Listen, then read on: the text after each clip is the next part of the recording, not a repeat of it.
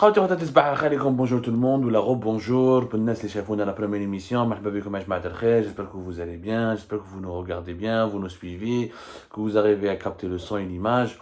Une petite remarque, des fois sur YouTube les gens me disent pas de son lorsque la vidéo, l'émission elle est diffusée. Vous devez patienter les premières minutes, tout se télécharge.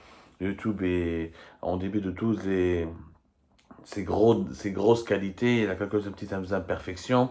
Tout ne se télécharge pas. Des fois, c'est pas synchronisé entre l'image et le son. Patientez un petit peu, quelques minutes, recliquez, rafraîchissez votre lien et normalement, vous allez avoir le son. Marhaba bikoum ya jamaat al-khair, j'espère que vous allez bien. Compromis, donc, nous continuons d'explorer ensemble la problématique de l'importation des véhicules neufs dans notre pays, le nouveau cahier de charge qui a été rendu public le 17 novembre 2022, le cahier de charge qui va réglementer et qui a imposé de nouvelles règles, de nouvelles conditions pour déterminer les modalités des activités, des modalités de fonctionnement des activités des concessionnaires de véhicules neufs dans notre pays. Il est possible maintenant de relancer l'activité des concessionnaires de véhicules neufs et la commercialisation de véhicules neufs dans notre pays, mais à condition de se soumettre à des conditions très draconiennes, très compliquées, très complexes, comme nous l'avons expliqué dans une première émission, que je vous invite à revoir, à revisionner. Ça sera un processus impossible, intenable à mettre en place, pour un processus intenable pour la majorité écrasante des opérateurs économiques algériens. Pour devenir un concessionnaire automobile, un concessionnaire de voitures neuves, ça va être un long combat dont l'issue n'est même pas encore garantie ni assurée. Beaucoup d'investissements, beaucoup de complications administratives, tout ça, comme je vous ai expliqué dans la précédente émission, pour que le gouvernement algérien, en fait, il ne veut pas de l'importation des véhicules neufs, il ne veut pas consacrer 2 à 3 milliards de dollars pour importer des véhicules neufs.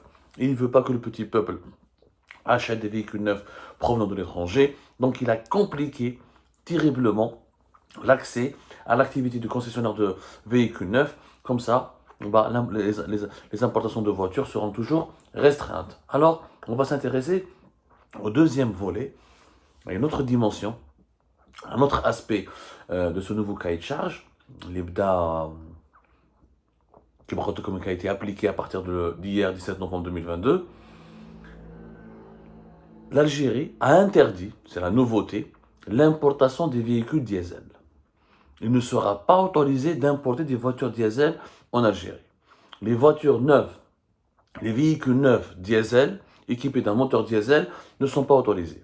Alors l'article 29 de ce nouveau cahier de charge, qui, encore une fois, réglemente les activités des concessionnaires de véhicules neufs, ne sont autorisés à l'importation par les concessionnaires de véhicules neufs dans la catégorie de véhicules de tourisme que ceux équipés d'un moteur essence, électrique, hydrogène, hybride, essence électrique, essence hydrogène, GPL, GNC, ou bien prédisposés et dont les émissions de gaz sont conformes à la législation et à la réglementation en vigueur.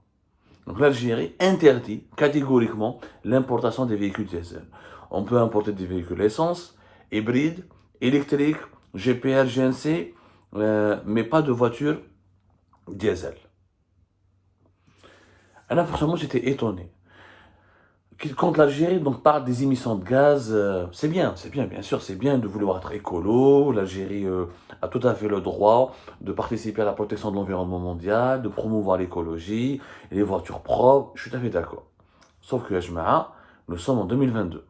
Et même en Europe, les pays les plus attachés à l'écologie et les plus développés en matière de prise de conscience concernant les menaces du réchauffement climatique, l'interdiction de la commercialisation des véhicules diesel ne sera effective qu'en 2035. 2035, les pays européens vont interdire la commercialisation des véhicules diesel à partir de 2035. Et pendant ce temps-là, les pays européens, dans le cadre de l'Union européenne, ils ont préparé ce qu'on appelle un processus de transition énergétique. C'est-à-dire, on est en train de préparer les consommateurs, à les aider, à les accompagner, à aider les industriels, parce que arrêter les véhicules diesel d'un coup, ça va être coûteux, ça va supprimer des emplois, ça va modifier l'utilisation des voitures, ce sera une nouvelle révolution industrielle qui aura aussi des conséquences négatives sur les emplois, sur l'accès à la voiture, sur l'usage même du véhicule. Donc il y a un processus de transition écologique, ou ce qu'on appelle un processus de transition énergétique. L'Algérie, du jour au lendemain, elle a précédé les pays de l'Union européenne, elle a dépassé les pays de l'Union européenne et elle interdit dès 2022 l'importation et donc l'utilisation des véhicules neufs diesel. Il y a un problème. Les pays les plus développés, ils ont fixé la date de 2035, où l'Algérie a déjà appliqué cette décision fin 2022. Je mets à l'oublies.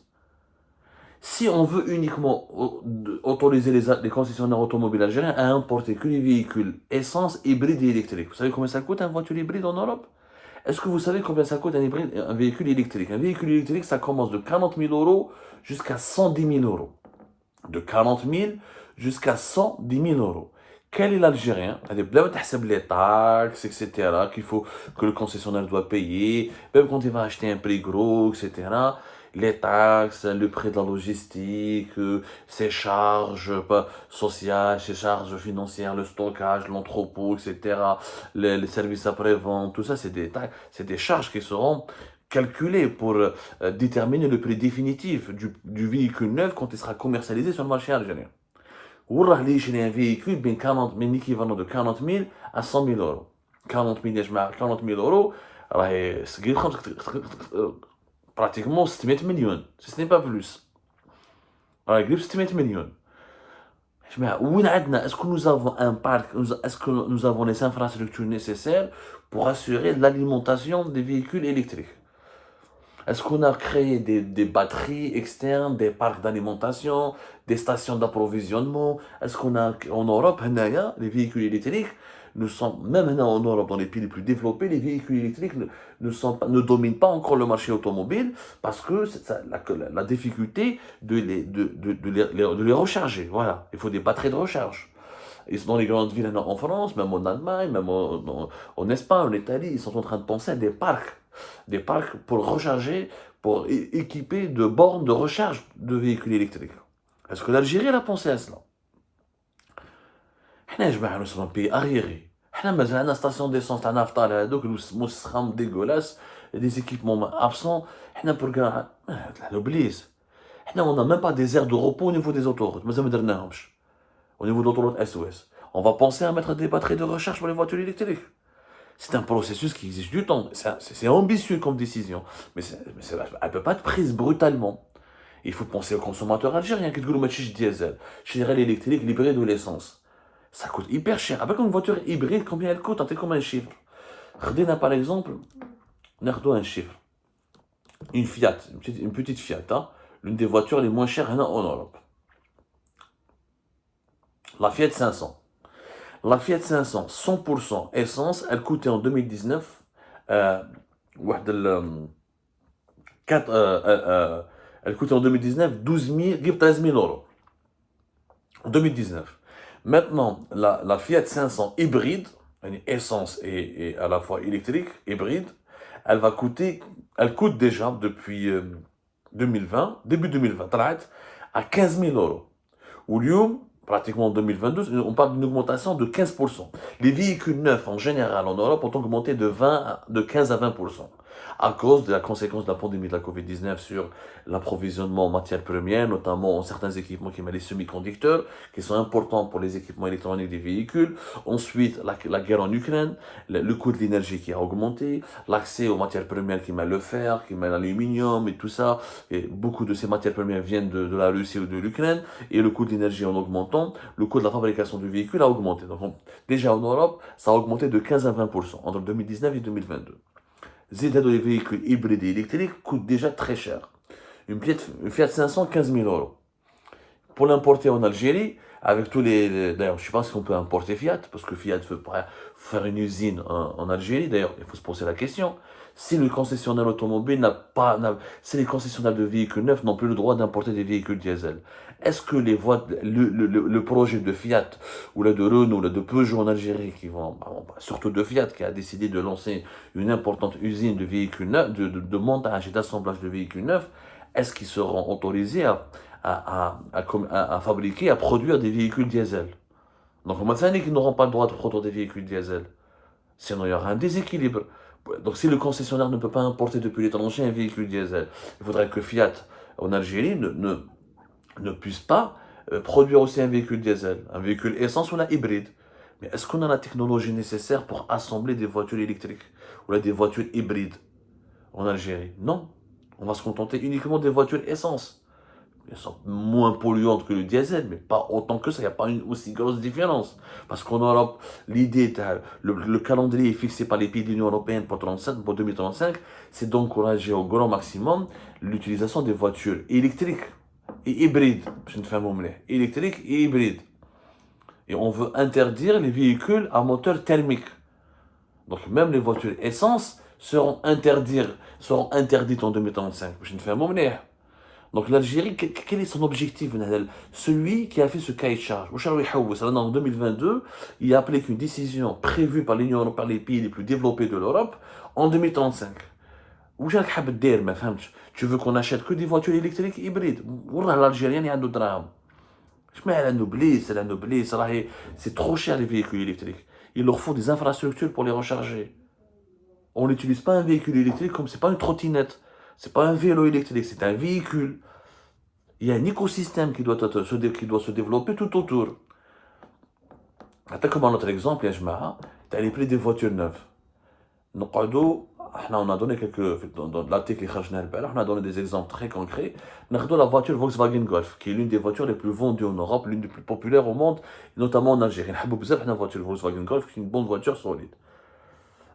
Elle coûtait en 2019 27 000 euros et depuis fin 2020, elle est montée jusqu'à 31 000 euros. Et si tu comptes une Golf électrique, là, c'est encore plus cher. Le diesel en Algérie il est populaire parce qu'il sera plus accessible pour l'acheter. Pour l'acheter tout court. Même les prix, mais en ce moment, on va dire qu'il n'y a pas une grosse différence. Mais l'interdiction des véhicules neufs est une bêtise, est une connerie absolue. On ne va pas interdire les véhicules diesel en 2022. Tu peux faire un calendrier à partir de 2025. Ou là, tu veux faire, même pas 2025. Les Européens, ils sont à 2035. Là, tu es interdit depuis 2022. Avec une industrie locale, tu vas fabriquer des véhicules électriques, avec une nouvelle technologie innovante qui va remplacer le diesel aussi rapidement. Et en Algérie, elle est plus forte et plus développée et elle est beaucoup plus outillée que les grands pays européens occidentaux en matière d'industrie de véhicules. Et on est plus fort que Mercedes, Audi ou Volkswagen. On va éliminer le diesel dès 2022. Ah, c'est pas possible. On ne peut pas éliminer le diesel dès 2022. Le parc automobile en Algérie, déjà, beaucoup de. Je n'ai pas les chiffres exacts, on va les chercher, mais le parc automobile algérien, il y a énormément de voitures diesel. On est habitué déjà au diesel. Il faut un temps pour s'adapter. Il faut un temps. Et on ne peut pas importer que des voitures hybrides, ou là des voitures électriques, ou là des voitures à essence. Parce que ça va nous coûter hyper cher. Leur commercialisation en Algérie sera inaccessible. Les prix qui seront pratiqués par les concessionnaires de voitures et véhicules, une fois qu'ils seront agréés, autorisés à exercer leur activité, seront des prix exorbitants. Il n'y aura qu'une 5% de la population algérienne qui pourra prétendre à acheter des véhicules neufs, électriques ou la hybrides. Maintenant, est-ce que si on veut encourager l'utilisation des véhicules électriques, est-ce qu'il y aura des crédits à la consommation? Est-ce que les banques algériennes vont financer l'acquisition d'un véhicule électrique? غالي. شكون يعيش طوموبيل ب 500 600 مليون مليار وزوج ملاير؟ بيرسون. باش نفهموا مليح يا جماعه. بيرسون. ما نقدروش يا جماعه. Il faut vraiment se mettre. Alors, le parc automobile en Algérie, les derniers chiffres de 2018, se compose de 65% de véhicules diesel. Ça, c'était début 2018. 65% de diesel. Ça ne va pas changer pour la simple raison qu'il y a plus d'importation de véhicules neufs depuis 2016-2017. Il n'y a que l'assemblage. Et l'essentiel de l'assemblage des voitures neuves, des véhicules neufs en Algérie, c'était aussi de l'essence et du diesel. Mais 65% du parc automobile algérien. Déjà en Algérie, le parc automobile existant, il est majoritairement diesel. Si tu m'interdis d'importer des voitures diesel, Qu'est-ce que tu m'offres comme alternative? Il faut des facilitations financières, il faut la création d'un environnement adapté aux nouveaux véhicules électriques et hybrides, il faut un pouvoir d'achat, il faut que le consommateur algérien ait le pouvoir d'achat. En Europe, il y aura des aides, il y aura des crédits, il y aura des subventions pour permettre aux consommateurs européens et aux industriels européens de passer la transition énergétique. On n'est pas dans le cas, ya jma'a. On n'est pas dans ce cas-là. رانا بعاد ما نقدروش نتبعوا les pays européens alors que les pays européens راهم داخلين dans un processus de transition énergétique dont nous n'avons ni les moyens ni encore les capacités pour atteindre leurs standards.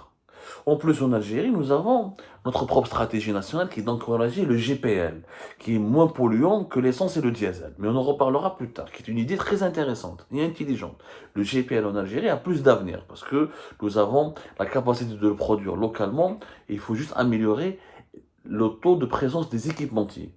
Mais il faut du temps pour atteindre un objectif. Il faut du temps, il faut des moyens, il faut de la sensibilisation. Du jour au lendemain, interdire les voitures diesel en Algérie, c'est une connerie. On va priver 10 millions d'Algériens de la possibilité d'avoir un véhicule neuf. On va les pénaliser. On va aggraver la crise des véhicules dans notre pays. On va provoquer une cherté excessive des prix des véhicules neufs. Et sans se préparer, on va brusquer les consommateurs. Et on va remplacer une crise par une autre. En fait, l'interdiction des voitures diesel est encore une fois une manœuvre des autorités algériennes pour rendre, comme je l'ai dit dans la première émission, quasiment impossible l'importation et la commercialisation des véhicules neufs dans le pays.